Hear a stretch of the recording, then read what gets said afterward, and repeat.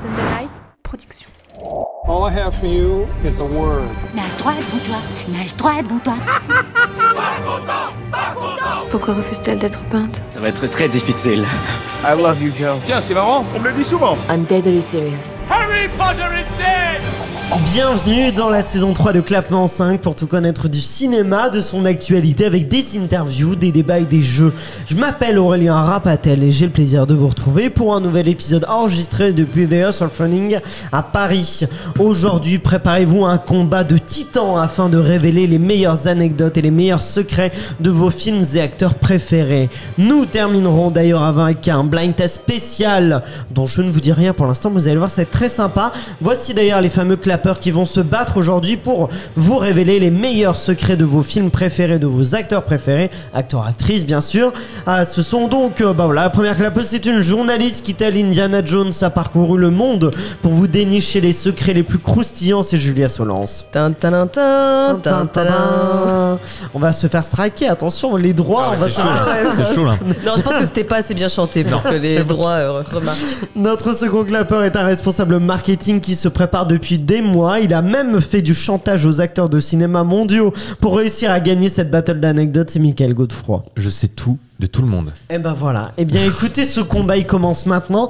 Je révèle un peu le principe. Vous allez devoir me raconter des anecdotes, donc évidemment réelles, sur des anecdotes, sur des tournages, sur des acteurs, sur des choses comme ça liées au cinéma.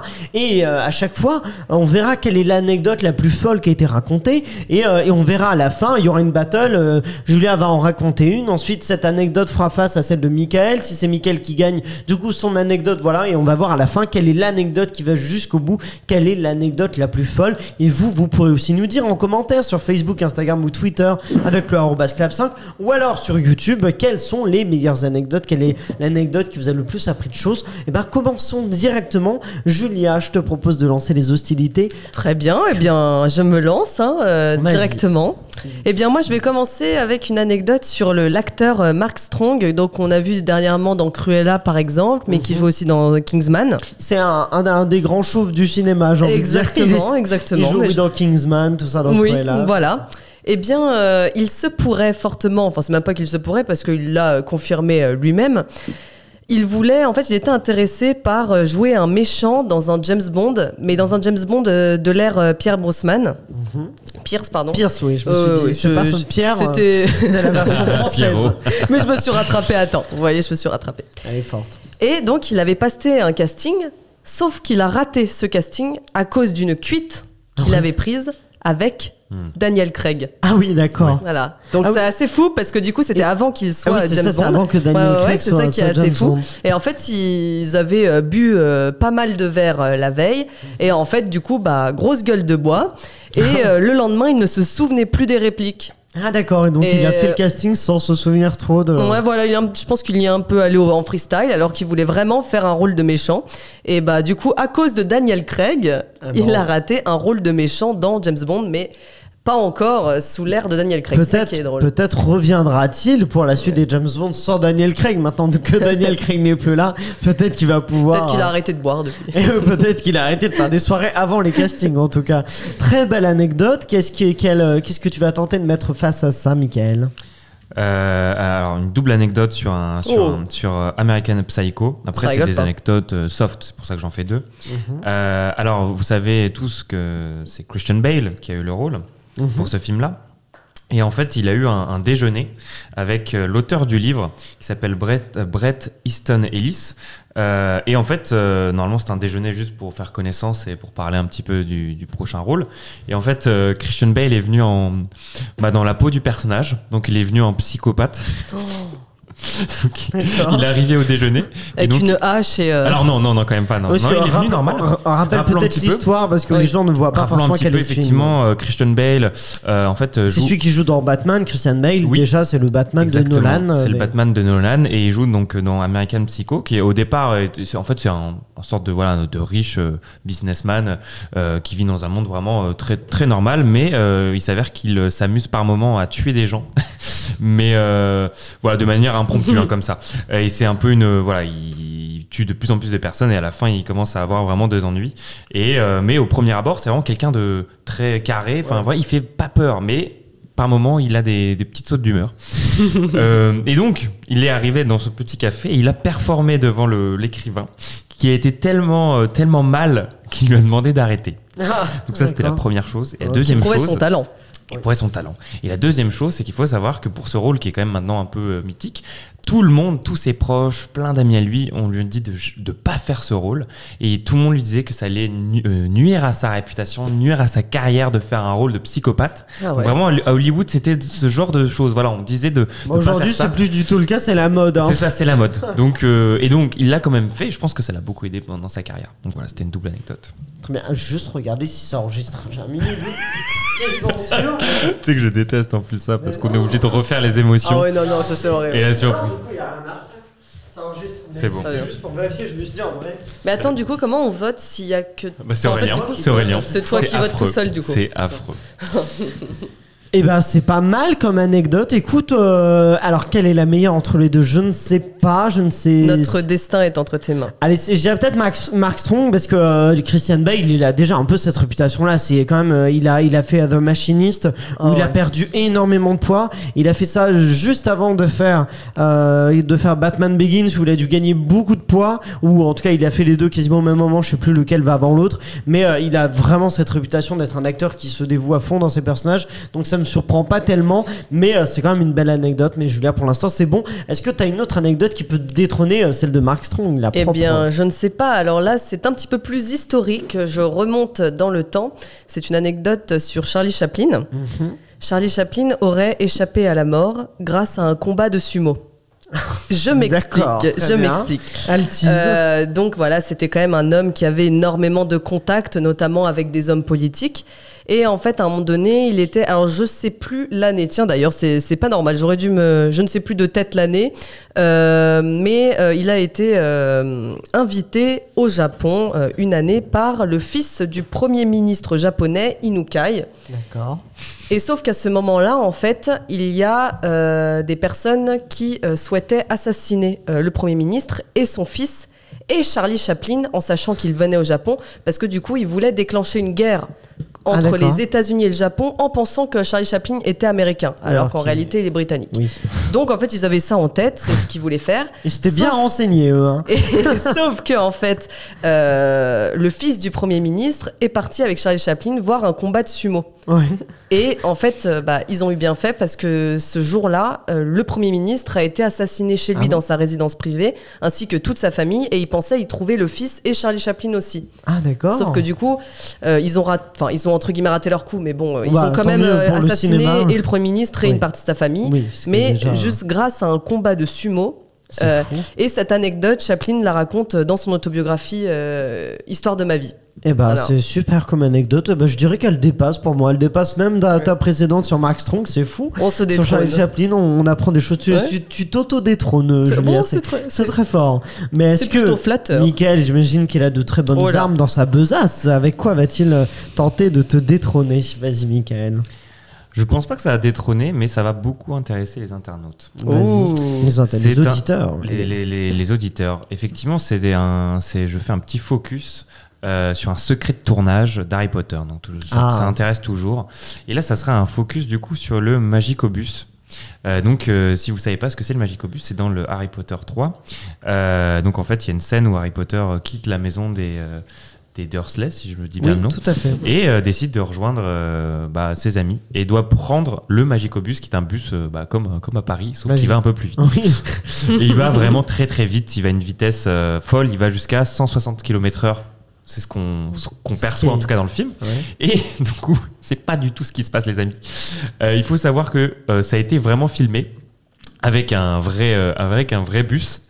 Il roulait en fait à 50. Ah, d'accord. Et les voitures autour à 12.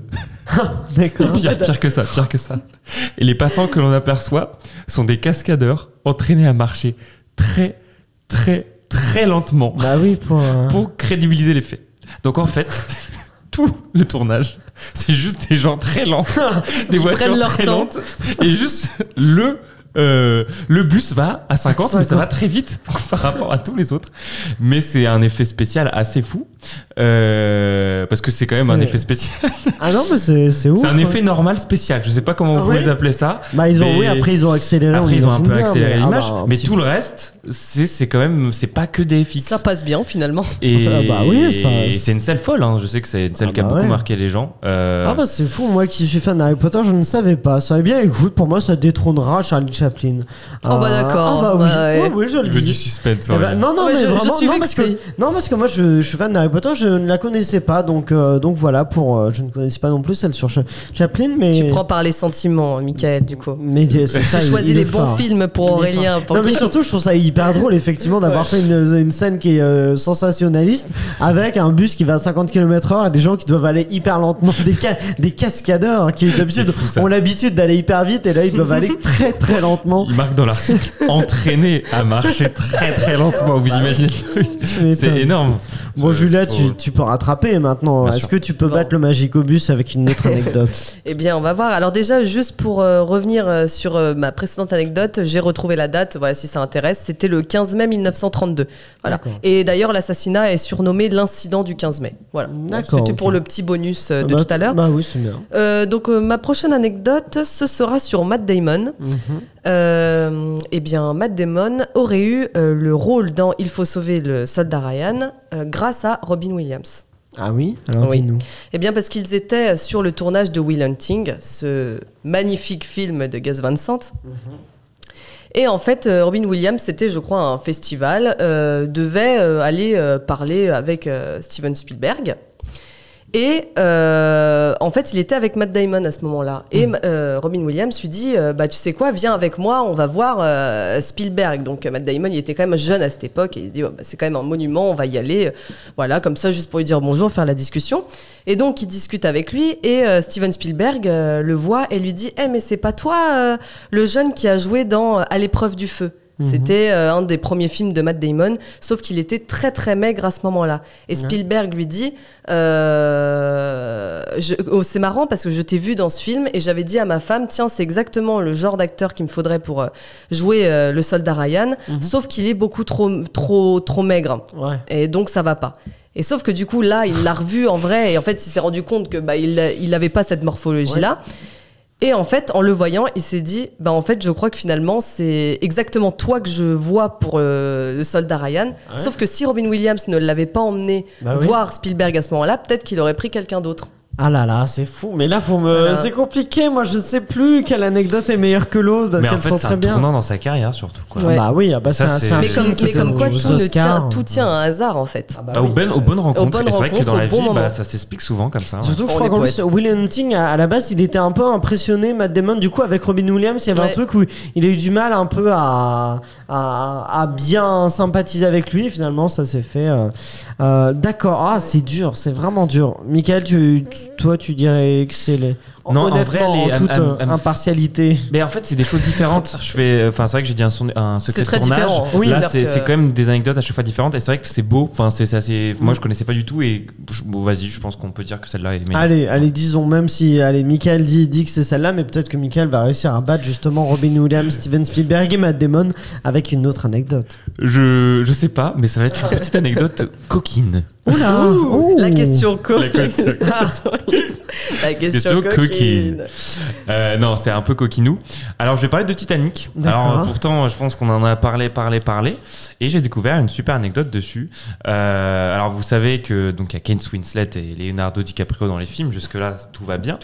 Et vous savez aussi qu'il y a quelques scènes un peu olé entre les deux. Et Kate Winslet a eu une très bonne idée. La pire, sûrement. Lors de la première rencontre avec Leonardo DiCaprio, Kate Winslet s'est déshabillée devant lui. Pour briser la glace, comme on dit. Pour briser la glace. Et ça ne pouvait pas mieux tomber ce jeu de mots de briser la glace. Exactement, bravo d'ailleurs. Oh là là. Très fort. C'est super sympa, encore mieux que l'anecdote. Le point. Mais attendez, il y a eu une réaction à ça. Donc effectivement, Leonardo a pris de court, a été très gêné. Et le jour où il y a eu la fameuse scène du coup où il peint, il dessine Kate Winslet, Leonardo revoit Kate Winslet toute nue et il bug de nouveau. Et c'est pour ça, au départ, il devait dire dans le texte, pardon, ça va pas du tout. Il devait dire à Kate Winslet de s'allonger sur le sofa et en la voyant nue, il parle de lit. Si vous regardez la scène, il parle de lit au lieu de sofa. Donc lit parce que je crois que Leonardo était un peu coquinou dans l'âme. Ben non, mais c'est vraiment pas un lit quoi, dans lequel il était troublé. Non, voilà, mais du coup il lâche ça. Et ce qui est drôle, c'est que cette erreur a été gardée au montage. Donc, donc dans le film, il y a bien écrit lit et pas sofa. D'accord, ok. Ah bah c'est pas coquinou. mal. C'est coquinou. C'est coquinou. Julia, est-ce que ça bat Robin Williams? C'est moins épique. Hein. Non, c'est pas mal. Non, c'est pas mal aussi, mais. Ah, vous me perdez. C'est à toi de décider. Après, spoiler, ils sont très amis à côté, ils savent rien passer entre les deux. On sait pas, bon, ça, c'est vrai qu'on sait pas regarde tout pas. non plus. Ça ne nous regarde pas. Petite dédicace aux inconnus. Allez, ça va la battre. Allez, j'ai décidé que ça. Chaque anecdote. Non, parce que non, au début non, mais là je trouve que là c'est quasiment plus la première partie. Je trouve le fait qu'elle soit déshabillée dès la première fois que je trouve folle plus que la seconde où il s'est trompé en parlant, ils ont gardé la faute. Mais la première, c'est allez, on récompense Kate Winslet pour son audace et c'est Kate Winslet qui bat Robin Williams, bien qu'on aime beaucoup Robin Williams. Oui. Julia, qu'est-ce que tu vas faire? Alors moi, c'est une toute petite anecdote, mais que je trouvais quand je l'ai trouvé, j'ai trouvé ça. Enfin, c'est le genre d'anecdote qui m'intéresse, comme ça, c'est des petits détails. Est-ce que vous avez vu le film The King avec Timothée Chalamet sur Netflix? Non. Et ben, est-ce que vous voyez l'affiche? Oui. Voilà. Et bien voilà, l'anecdote est sur l'affiche, donc c'est le plus important. Et ben en fait, l'affiche du film, c'est pas du tout une photo qui a été prise après ou dans un studio ou quoi que ce soit. En fait, c'est le photographe à un moment donné sur le tournage qui voyait en fait Timothée Chalamet en train d'écouter le réalisateur. Il était juste en train de l'écouter en tournant la tête comme ça. Et le photographe, il s'est dit, oh bah tiens, ça pourrait faire une super photo. En fait, il a pris la photo. Et donc l'affiche officielle du film, c'est juste. Après, du coup, ça a été modifié, mais c'est juste. C'est tout noir autour. C'est ça. Donc après, le reste, si je me trompe pas, qui est de profil. Ouais, c'est ça. Et en gros, du coup, la photo, je trouve ça intéressant de savoir que c'était juste Timothée Chalamet qui écoutait le réalisateur entre deux prises. Mais il est trop charismatique, ce Chalamet. Il fait un truc, il est en affiche de film. Moi, je me suis jamais retrouvé en affiche de film. Je vais vous le dire. Surtout en écoutant quelqu'un parler. Oui, c'est sûr. Et le marketing, il a pas besoin de bosser, quoi. Je crois il y a le photographe pour la photo. Julien que c'est pas mise. C'est pas mal. Allez, ça va pas battre, mais c'est quand même très bien. Mais voilà, c'est pas assez surprenant, Timothée. Voilà, il est tout de suite charismatique. Je vais répondre. Là, c'était un peu marketing quand même. Donc, je vais faire un truc marketing. Vas-y, fais du marketing. Très bien, vas-y. Attention, parce qu'après, il vous en reste une chacune et ce sera la fin. Oui. Oh, mais j'en ai d'autres. C'est ton avant-dernière, celle-là. Julia, je te laisse pendant ce temps regarder quelle sera ta dernière. Je tente celle-ci. Vas-y. Ça concerne Lady Gaga et Bradley Cooper. Alors, vous savez que. On peut peut-être faire une prestation en chantant Shallow, mais on va se retenir. Faut qu'il y ait Elsa pour ça, elle adore Shallow. Oui. Moi aussi, j'adore cette musique. Non, alors vous savez qu'il y a eu des spéculations. Sont-ils en couple, sont-ils pas en couple? À la cérémonie des Oscars, ils font une chanson. Ça concerne cette chanson, c'est important. Donc ils interprètent Shallow. Ils font Shallow. Où ils sont très proches. Et bien longtemps après, ils ont dit que tout ça était orchestré pour faire monter la sauce, comme disent les jeunes, et que c'était très voulu, et que le but c'était vraiment de se montrer à l'écran très très proche, que ça allait aider le film, que ça allait créer une sorte de mythe autour d'eux, et donc c'était voulu qu'ils soient proches à l'écran. Ils ne sont pas du tout en couple, bien évidemment, et tout ça a été orchestré. À l'écran, tu veux dire à la cérémonie parce que dans le film c'est quasiment logique, mais mais à la cérémonie d'Oscar et parfois dans d'autres meetings où ils sont assez proches, exactement. Et donc ça, tout était voulu, tout était orchestré, tout était préparé pour ajouter un petit côté mythe de. Oui, non, ça m'étonne pas parce que les Oscars, ils sont là. Par exemple, Lady Gaga, elle promeut Gucci et on sent qu'elle le promeut en visant les Oscars. Elle dit je me suis mis un mois dans la peau du personnage, tout ça. Il y a un truc très toujours en vue des Oscars et de tout ça, très très marketing. Oui, c'est pas mal, mais je ne dirais que ça ne battra pas Titanic, mais c'est bien tenté. Julia, le petit coquinou de Léo, on appelle comme ça maintenant. Léodic. Léodic. C'est un raccourci pour DiCaprio, mais en fait, ça rend très mal quand on le dit. C'est surtout que du coup, le jeu de mots va très bien avec l'année. En fait, Julia, C'est le titre à la vidéo. quelle est ta meilleure anecdote? Oh, c'est peut-être pas la meilleure, mais disons que c'est une histoire que j'aime bien souvent redire, donc je sais pas si certains la connaissent, mais c'est quelque chose que j'ai souvent raconté, mais pas dans cette émission. Attention. Eh bien, c'est aussi sur DiCaprio. Donc du coup, ça fait DiCaprio qu'affronte DiCaprio. Ça fait un petit battle. Alors c'est pas une anecdote drôle, mais c'est plutôt légendaire, voilà. Leonardo DiCaprio était, quand il était jeune, très très fan de l'acteur River Phoenix. Je pense que vous savez, le frère de Joaquin Phoenix, qui est décédé en 1993. Et en fait, voilà, il était plus âgé parce que je crois que DiCaprio devait avoir 12-13 ans à ce moment-là. Et en fait, il vénérait River Phoenix. C'était vraiment son idole. Et il l'a croisé un jour de loin et il n'a pas osé lui parler parce qu'il était trop timide. Il osait pas, quoi. Il l'a vu de loin, il a vu son idole, donc il s'est dit non, bon bah je vais pas m'en approcher. Il a pas osé et il l'a vu tout d'un coup disparaître dans la foule. C'était à une fête, je crois. D'accord.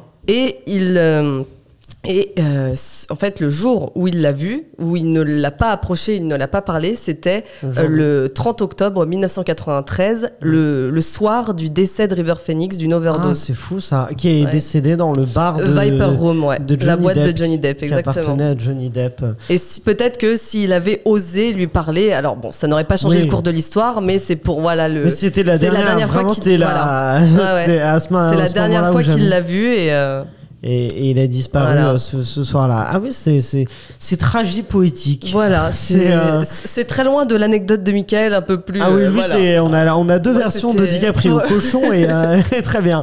Allez, je dirais celle-là. Allez, ouais, celle-là. Moi, je la trouve bien, celle-là. Allez, c'est DiCaprio et River Phoenix qui battent DiCaprio et Kate Winslet. Michael, quelle est ta dernière? Alors ma dernière, elle est vraiment potiche, lourde, enfin. Ah oui, donc on n'a pas eu. C'est bien. L'inverse du poétique qu'on a à l'instant, très bien. Et pour qui mieux que Jean-Marie Bigard. Alors non, mais ça sera Gérard Depardieu. D'accord. Alors celle-là, elle est pépite. Je pense pas que c'est épique, mais vous allez voir. C'est tout simple. Gérard Depardieu et du coup Édouard Baird pour le film Astérix et Obélix, God Save Britannia. Ah oui, alors je crois que le titre français c'est pas ça. Hein, non, c'est du coup. Alors je l'ai pas, mais c'est le titre. Enfin bref, c'est le titre de film. C'est le film qui se passe aux États-Unis, pardon, en Angleterre. Oui, c'est ça. Oui. Ils sont dans un avion. Et jusque-là, tout va bien, vous allez me dire. Mais Gérard Depardieu a une vraie envie d'aller faire pipi. Mais grosse envie, quoi. Au service de Sa Majesté. Au service de la Majesté, au service de Sa Majesté. Et grosse envie de faire pipi. Et c'est au moment du décollage. Et du coup, l'hôtesse de l'air dit non, c'est pas possible, monsieur, vous restez. Mais c'est Gérard Depardieu, quoi. Donc Gérard Depardieu, il prend une bouteille d'eau. Il pisse dans la bouteille d'eau. Ouais. Et pire que ça, vu que c'était une petite bouteille d'eau, fait renverser la bouteille d'eau de pisse dans l'avion. Oh là là. Je vous rappelle juste qu'il y a Edouard Baird qui est là aussi. Et tout l'équipage. Mais est-ce que ça s'arrête là? Non. Ça s'est su. Oui, bah oui. Donc le monde entier l'a su. Le monde entier l'a su. Et Ryanair, qui sont donc une autre, c'était une agence low cost. Là, il y a Ryanair, qui a décidé d'utiliser cette histoire-là et qui a fait une campagne de pub. Ouais. Et le titre de la campagne, c'est « Nous ne sommes pas les seuls à pisser sur la concurrence ». Oh la vache. C'est des grands malades. Et ce n'est pas terminé. L'histoire était tellement folle que c'est parti très loin. Astérix, enfin Édouard Baird et Gérard Depardieu ont décidé de se déguiser en Obélix et Astérix et de faire une séquence dans un avion. À partir de ça. Pas à partir de ça, de faire un clip vidéo et à la place du pipi, il a décidé du coup de faire Je veux un sanglier. On vous mettra le lien de ce clip. Et du coup, à la place de ce pipi-là, il lui dit oui, je veux un sanglier. Ça part sur un sketch là-dessus. C'est parti beaucoup trop loin. C'est beaucoup parti trop loin. Oui, c'est vrai que moi j'en avais entendu au moment où c'était sorti parce que ça avait fait un peu de bruit ce truc-là. D'accord, ok, bon, je dirais que quand même on va rester sur la poésie. Oui. Parce qu'on est des poètes. On est des poètes. Mais je savais que j'allais perdre. On est des poètes torturés, donc on préfère DiCaprio et River Phoenix. mais très bien. Moi, je préfère quand même mon combat de sumo. C'était ma préférée. Ton combat de sumo. Oui, mais c'est vrai qu'en y repensant, celle-là et le Magicobus, en vrai, je trouve qu'elles étaient. En fait, on aurait dû les dire en dernier, tu vois. Moi, je dirais que ces trois-là, c'est les meilleurs. Mais en fait, c'est les auditeurs qui vont décider, qui vont nous dire ça dans les commentaires sur donc Instagram, Facebook et Twitter avec le @clap5. Mais que les auditeurs restent avec nous, car on va se mettre au défi quand même avec un petit blind test. Justement, est-ce que je vous dis le thème ou pas? Je vais pas vous dire le thème. Vous allez devoir trouver le thème. La personne qui trouve le thème remporte 2 points en plus. Et on va voir, vous allez vous affronter. Ce sont des bandes annonces en VF pour compliquer un peu la chose. Est-ce que vous êtes prêts? Oui. Vous me dites G dès que vous pensez avoir le titre du film. On commence avec celui-là. Vous l'avez gardé en vie pour qu'il puisse mourir au moment propice. Ramène-le-moi. Essaie de trouver où il est. Et là, on pourra en finir. Michael. Harry Potter. Harry Potter, lequel? Normalement, partie 2. Ouais, partie 2, exactement. Cette partie 2, tout à fait un premier point pour Michael. Ah, les malines, elles notent le titre des films. Il y a un thème mystère, j'ai pas entendu. C'est très très malin. Il y a un thème mystère. Donc, c'est bien aussi. Non, il me copie. Et du coup, il copie ce qu'elle fait. Mais c'est très bien vu, Julia. On continue avec celui-là. Oui, le thème mystère. Donc, celui qui le trouve, je vous demanderai à la fin. Et celui qui trouve le thème mystère remportera 3 points. Qui pourra bouleverser le classement. Oui. On y va directement avec celui-là maintenant. Vous êtes Jake Sully. On vous propose de repartir à zéro dans un nouveau monde. Vous aurez un rôle décisif. Vas-y. Avatar, Michael, mais exactement. Ouais, mais là, je n'arrive pas à dire. 2 points pour Michael. On continue avec celui-là maintenant. Ceci est votre épreuve. Les sentiers parcourus à travers les régions désertes et à travers la guerre. Vas-y. Seigneur des Anneaux. Ouais, lequel? Mais je suis énervé. Alors là, t'es obligé de trouver le bon.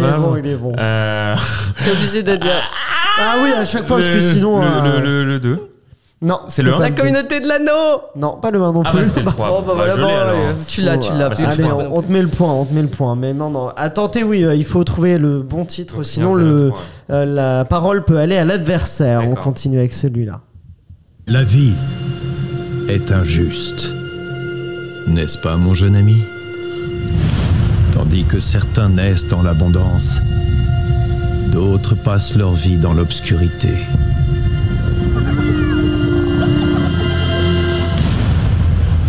À quémander des miettes.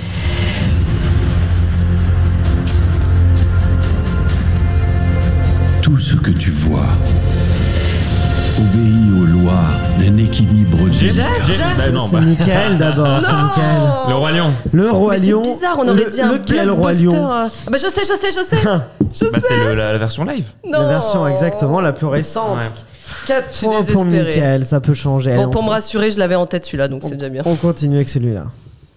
Cet enregistrement, je ne veux pas que tu aies de la peine. La fin fait partie du voyage. Julia. Endgame, Avengers Endgame, exactement. C'est ton premier point, Julia. Merci de le rappeler. On continue avec celui-là. On raconte toutes sortes d'histoires. C'est vrai. Vas-y, Miguel. Star Wars. Lequel? Toujours la même question. Rogue One. Non, c'est pas Rogue One, Julia. C'est le réveil de la force. Exactement, le réveil de la force, précisément. 2e point pour Julia qui fait une petite remontada peut-être. On va voir avec celui-là. Il faut que vous m'aidiez. Tâchez de vous lever. Si c'est bien elle qui doit rompre le sort, vous devez enfin apprendre à aimer. Julia. C'est La Belle et la Bête. C'est La Belle et la Bête. Bah dis donc, cette remontada. Quelle version aussi, je peux demander. Mais... Ouais, bah du coup, ça c'est sûr que c'est pas le dessin animé, c'est peut-être la version avec Emma Watson. Oui, c'est ça, le live, exactement. Oui, c'est vrai qu'il y a une version française de Christophe Gans avec Léa Seydoux, mais c'est pas celui-là. On continue avec celui-là maintenant. Où étiez-vous encore foré? Je savourais ma mort. Vas-y. James Bond. Lequel? Non, mais celui-là, c'est dur. Ah non, non, faut pas dire j'ai tout de suite. Attendez un peu pour avoir les indices. James Bond, c'est quand même beaucoup de films. Tente-en un. Ou sinon ça passe à Julien. Skyfall. Skyfall, voilà, c'est bon. Bravo. Bien joué, un point de plus pour Michael. On continue avec celui-là.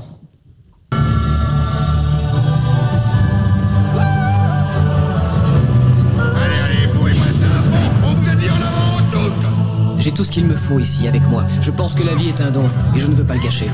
J'ai Ça m'énerve là. Le Loup de Wall Street. Non. Non, mais là, putain, là, je peux pas ne plus l'avoir, quoi, la vie. On ne sait pas quelle donne on aura le coup suivant. On apprend à accepter la vie comme elle vient. J'ai Titanic. Mais mais en fait, c'est exactement. la musique depuis le début, là. Bah Je me- oui, c'est- un point de c'est plus ça- pour mais oui. Michael. On y va pour celui-là maintenant. Qu'est-ce que je ferais sans toi? Je serai toujours là pour toi. J'ai. La Reine des Neiges. Lequel? Le 2. Le 2, exactement, La Reine des Neiges 2.